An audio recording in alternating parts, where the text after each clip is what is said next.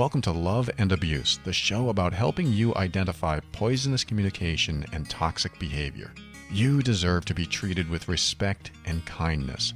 That's why it's important that you learn to pinpoint manipulative and controlling behavior so that you keep your power and your sanity. I'm your host, Paul Coliani.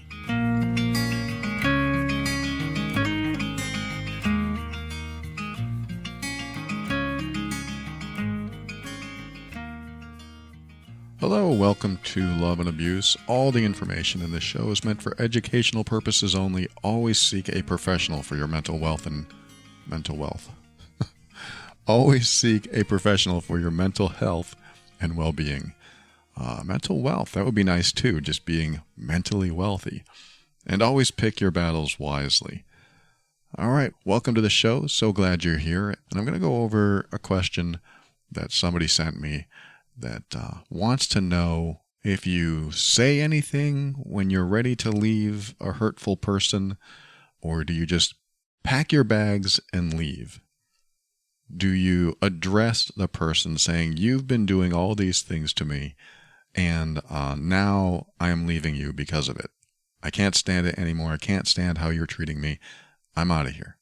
Do you have that conversation, or do you pack your bags and leave? And I think it's a great question. So I want to address that, because if you are considering leaving and you are worried about how it might go, I would ask myself the very first question, which is, when I have made a choice, or when I've decided something in the past, how did it go then?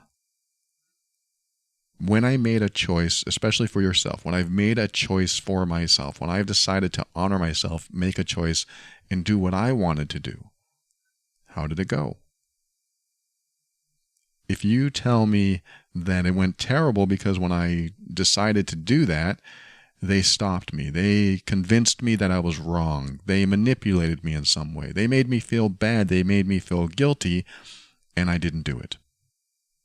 If that's your answer, then the question for this episode has been answered. Meaning, what do you do? Do you tell them you're leaving, or do you just pack your bags and leave? If you're not the type of person, or at least you're not in a position in yourself, you don't feel comfortable enough in yourself to know that no matter what they say, you're going to honor your path and walk out that door anyway, then the question has been answered. You won't be able to do it. Am I 100% correct? I don't know, but there's a point where you have to look at your past and decide if you are the type of person that when you make a decision, do you follow through and honor that decision, or can you be convinced otherwise by this person? I'm not talking about being convinced by friends or family or anything like that. I'm talking about, can you be convinced by this person not to do what you want to do for yourself? Will you not honor yourself? Will they change your mind? Will they make you feel guilty enough to stay? Again, if you're deciding to leave.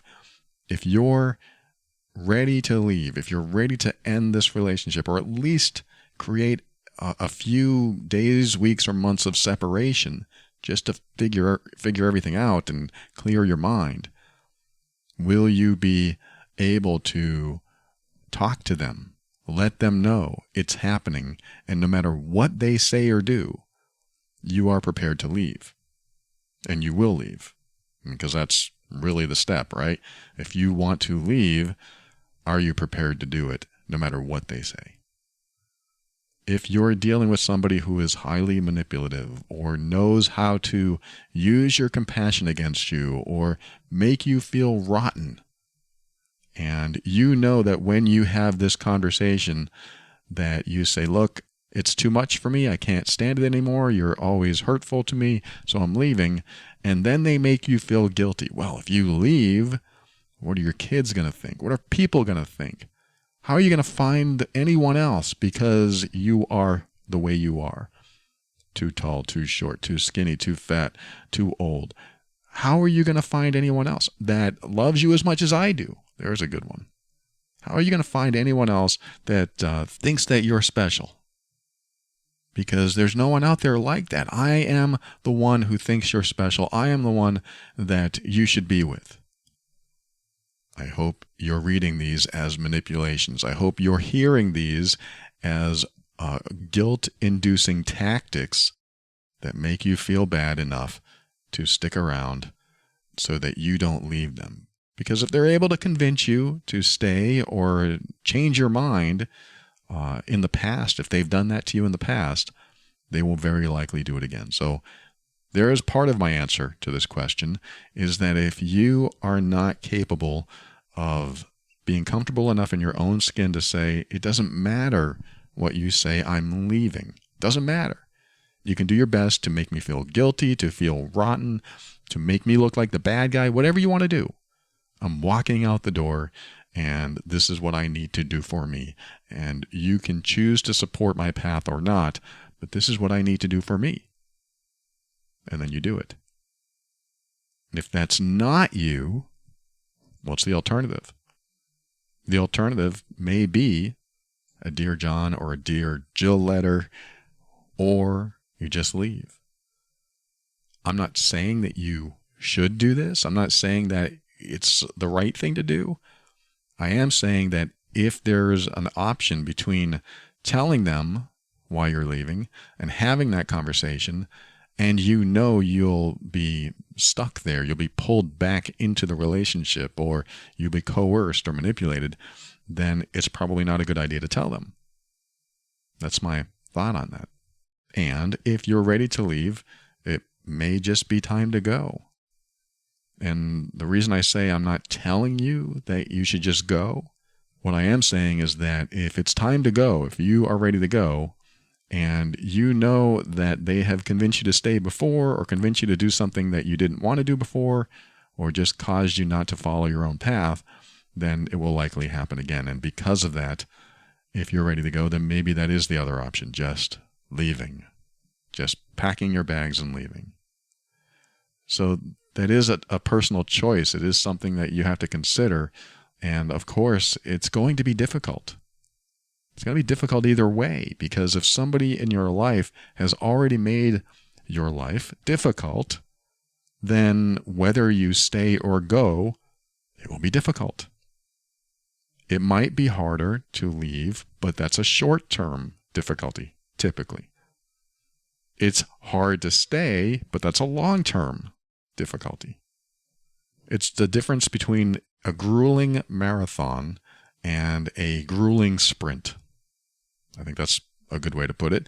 You're either going to suffer through the marathon, which means it could last more months or more years, or you can suffer through the sprint, which will have a peak of suffering, a peak of pain, and then there's a downhill after that. With the marathon, there's no downhill. It's just always there. It is. With a sprint, it's hard, and then it eases off. Now, I will address that you may likely have a conversation, and when you have the conversation, my suggestion is to continually stick to the point. Continually stick to the very reason you're leaving, and do not be diverted. Do not be taken down the road that they're forging for you. Do not take that road. And what I mean by that is if they decide to use your emotions against you, and they know you're a compassionate, empathetic, kind, caring, supportive person, they're going to use those things against you to make you feel bad that you will hopefully change your mind in their eyes. They want you to change your mind so that you don't leave. Again, this is typical. This might be what happens. So let's just say that you did have a conversation. Let's just say that you're packing and they catch you packing. Now what? What do you do? What do you say? My advice is that, again, you stay on subject. And the way you do that is when they start to divert you, they start to take you down the path that they want you to take instead of the path that you want to take. And this is just communication-wise, not the physical leaving. They want you to consider, let's just say, your kids' feelings or your friends or family's feelings. They want you to consider that maybe you were the bad guy this whole time. They want you to consider all these things so that you will start to focus on yourself. When they get you to focus on yourself and the problems they're mentioning, not honoring yourself, but they're causing you to, or they may cause you to focus on yourself so that you become defensive and explaining things. Like you might spend time explaining that what they're saying is wrong and this is why. Anything that causes you to stray off the path of honoring yourself. When they move you into that position, they are going to checkmate you. They're going to put you in a space that they control. They're putting you on their path. That's why I said when they create a path that they want you to go down, once you're off your own path, you might lose the game. I'd hate to call it a game, but it feels like a game. It's like they're doing certain things to get you off the decision that you've made. They want to take you away from the path that you want to follow. So in order to thwart that, in order to stay on your path without being diverted, stick to the subject. And the subject might be, look, I can't handle your behavior anymore, so I'm leaving. And then if they try to take you down a path of guilt, you can say, that's fine, whatever you say, but I can't handle what you're doing anymore. It's hurtful, and I won't stay, and I won't tolerate it. So I'm leaving. They will try to divert you again. Again, this is typical. Maybe it won't happen to you, but typically if you've had a hard time following your own path or making your own decisions, then this might be how it goes. So whatever guilt trip they pull on you, whatever they say to make you feel bad or make you rethink your decision or consider what you haven't considered yet, all of that are typically tactics designed to keep you in the relationship so that nothing changes. And you already know if nothing changes, it's a grueling marathon. It's grueling. It's just terrible. It's heartbreaking, and you're in pain, and your emotional connection is corrupt in some ways or many ways, and you are experiencing emotional pain. And I'm only talking about situations where you have had enough, where you're ready to leave. I'm not talking about a typical emotionally abusive relationship. Absolutely. You have to communicate. You have to talk to each other. You have to say, hey, look, you're hurting me. Please stop hurting me. And the other person has to say, okay, I'll stop hurting you. Let's work on this. And that would be great. That would be the ideal situation. I mean, nobody should hurt each other in the first place. But if it happens, hopefully you can talk about it. Hopefully you can heal through it. But when it's been talked about and you've had enough, now it's time to make the next right decision for you and for them too. If you've listened to the show a while, you've heard me talk about it is a gift you give to someone when you leave them, to give them the clarity of thought, the space to consider how their behavior has affected them and affected you, how their behavior is giving them results they don't want. It's important that somebody has an opportunity to understand how hurtful they're being. And if they're getting results that they don't want, for example, you leaving them, or all their relationships end up the same way, then it gives them an opportunity to reflect and decide what they want to do with their lives. And when you're in someone's life as either the victim of emotional abuse or the perpetrator of emotional abuse, just having the other person in your life completes the cycle of abuse. It completes a circuit, like a loop. Once the loop is complete, the abuse can continue.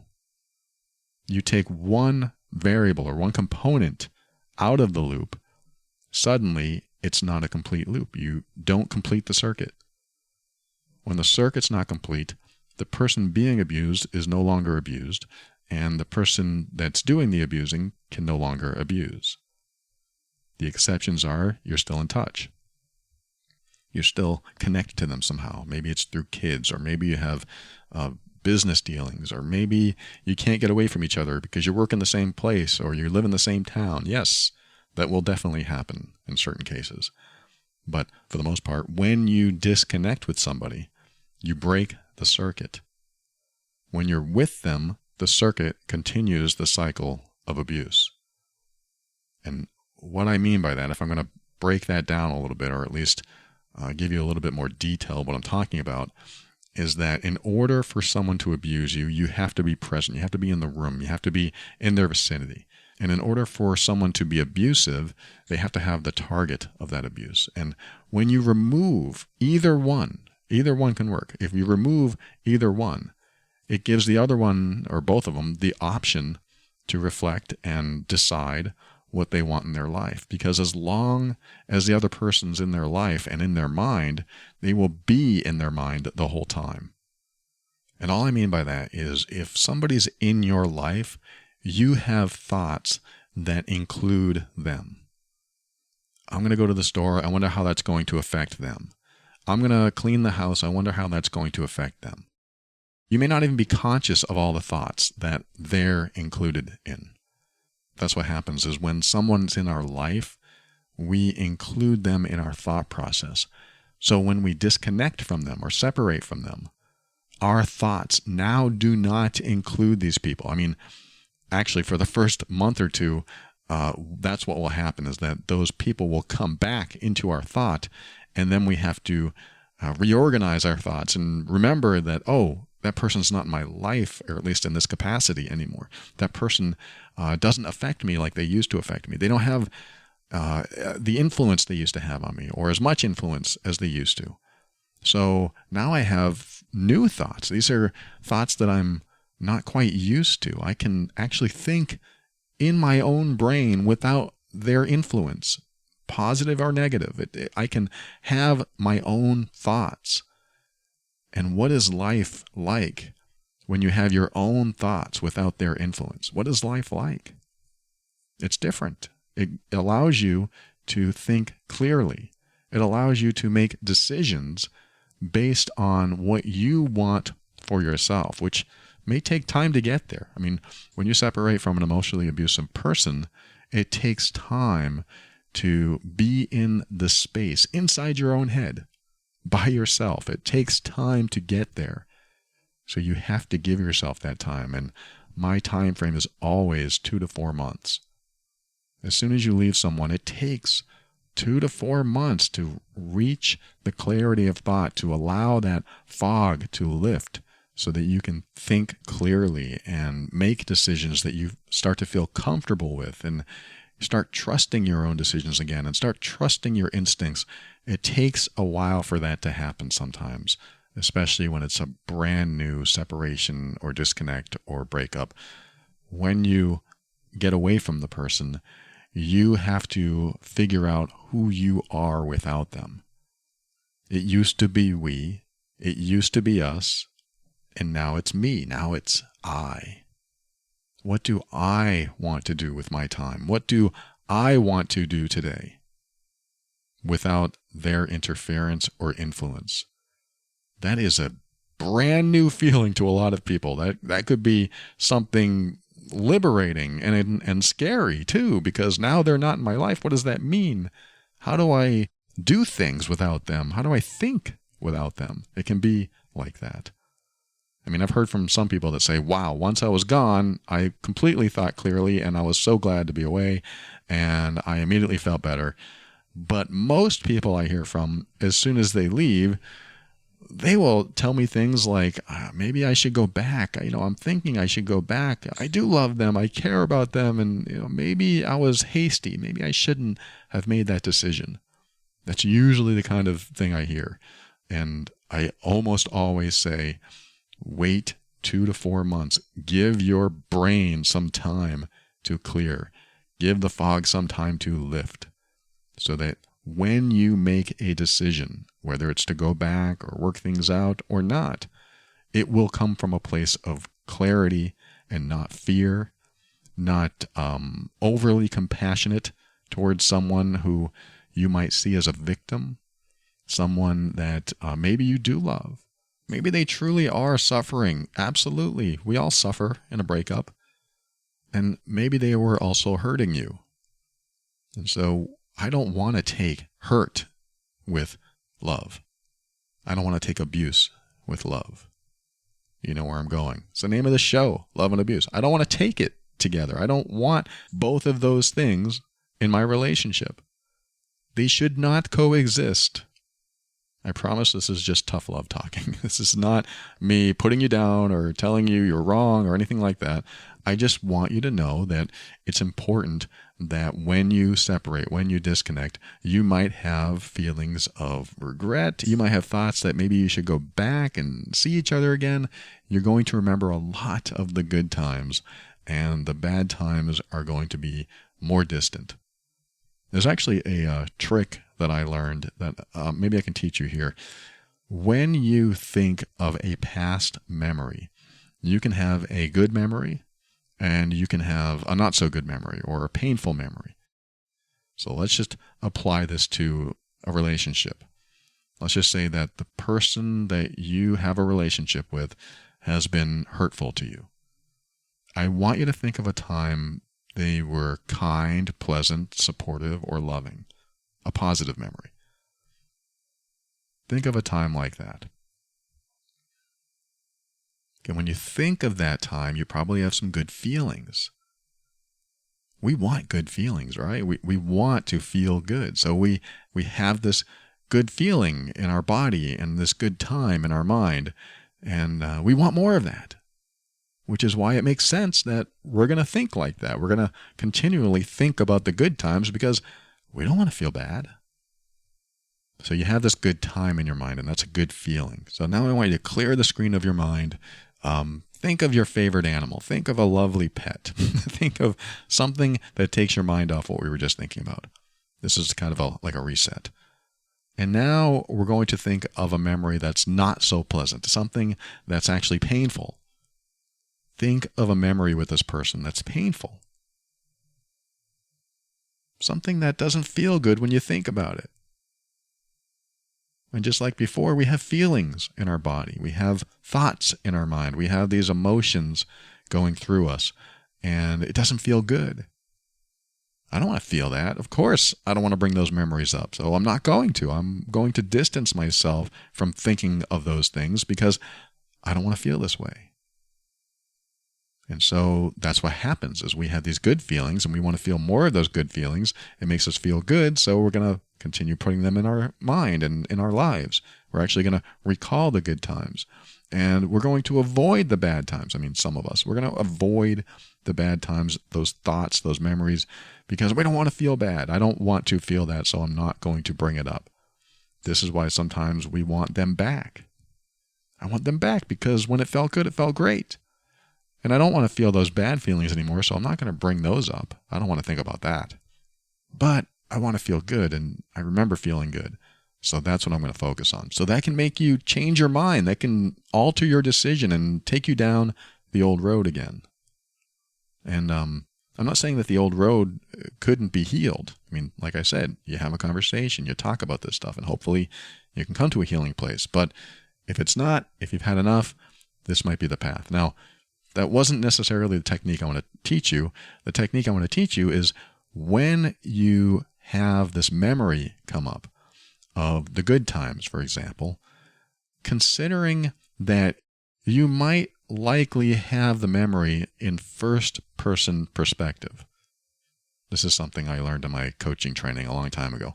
When you have a memory, you are looking through your own eyes, hearing what you hear and feeling what you feel during that time, and it is first person. You are experiencing it as if it's happening again, which is why when you have a good memory, it's nice to be immersed in that memory and to feel things and see things through your own eyes, at least in your mind's eye, and that's why it feels so good. So that's first person. You are experiencing it in your body, the visualization. The trick is to get into third person position and think of the good memories. This will help you distance yourself from such an emotional attachment from the good memory.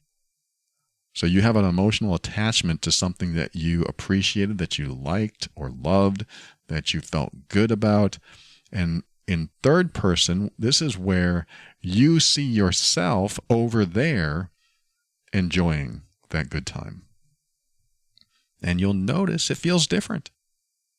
It feels different seeing you enjoy the moment, and maybe it still feels good to you, but you see yourself over there. They feel good. They are experiencing this moment, and you can see both of you, whoever it is, and you maybe enjoy the scene, but it's not as impactful. It's not as intense.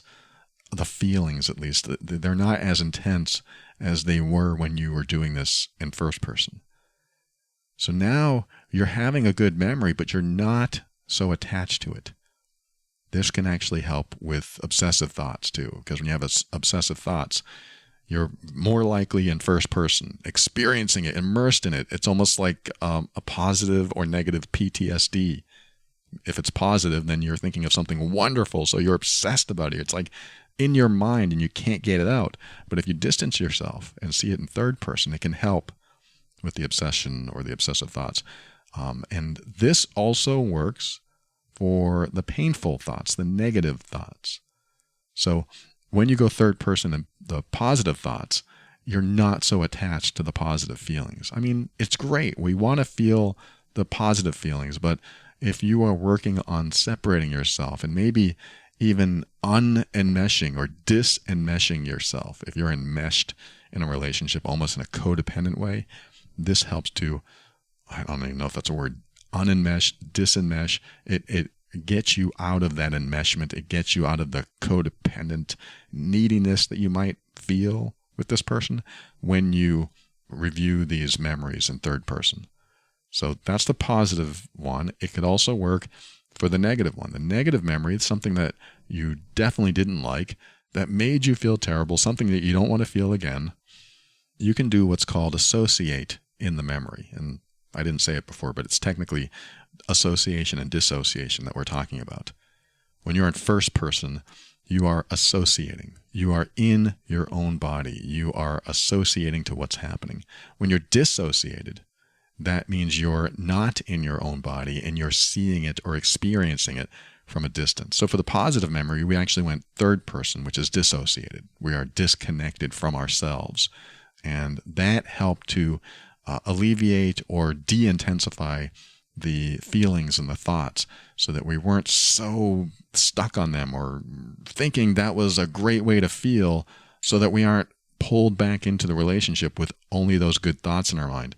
We also have to do the same with the negative thoughts. Let's just say that you don't really want to go back because you know there's pain. So what we have to do is remind ourselves of the painful event by associating into our memory. And that means seeing things from first person.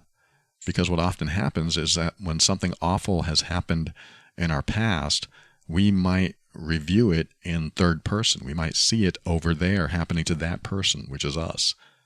And instead of being dissociated like that, it's important to get associated and into first person perspective, so we experience the memory from the first person point of view, so that we do feel the bad feelings, so that we remember what it was like and remember what's going to happen again if nothing ever changes. And if the emotionally abusive person hasn't had any type of professional help or hasn't done some really big work on themselves where they actually realize how much they're hurting the other person, and they realize that they don't like that feeling and they don't want the other person to hurt, and they have an epiphany that they need to change and they need to heal and they need to focus on themselves, then it can work. But in order for that to happen, sometimes this separation is needed.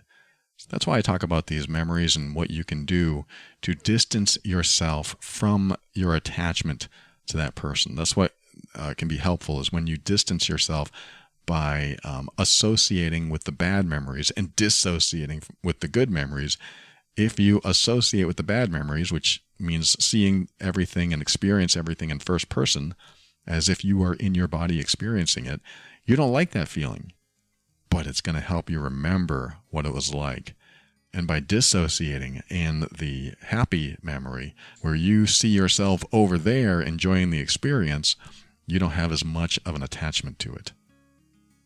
Yeah, there's some cerebral stuff in today's episode, but I hope it's been helpful, and I appreciate the person reaching out and asking that question. Thank you so much. It was a great topic to talk about because I know there are people experiencing this right now, and in that midpoint, should I stay, should I go? And it can be helpful to have some sort of guidance there, and I hope this was helpful to you. Thanks for tuning in. I wish you much strength and healing for whatever you're about to go through or whatever you're going through now, and share this with others that might benefit. Love and Abuse is the official podcast of the Mean Workbook, an assessment and healing guide for difficult relationships. Use the workbook to determine if you are in an emotionally abusive relationship and help you pinpoint the specific unhealthy behaviors causing you to leave so many interactions feeling bad. If you're in a difficult relationship and you want to know what your next steps should be, the workbook will help you make decisions that are right for you. Visit loveandabuse.com for more information. If you've discovered that you are doing emotionally abusive behavior and you'd like to change that about yourself, sign up for the Healed Being program over at healedbeing.com. This show exists to remind you that you are not alone and you're not going crazy. You deserve to be treated with respect and kindness. You deserve honesty and sincerity. You deserve to be treated as worthy and significant because you are. Thank you for joining me today. We'll talk again soon.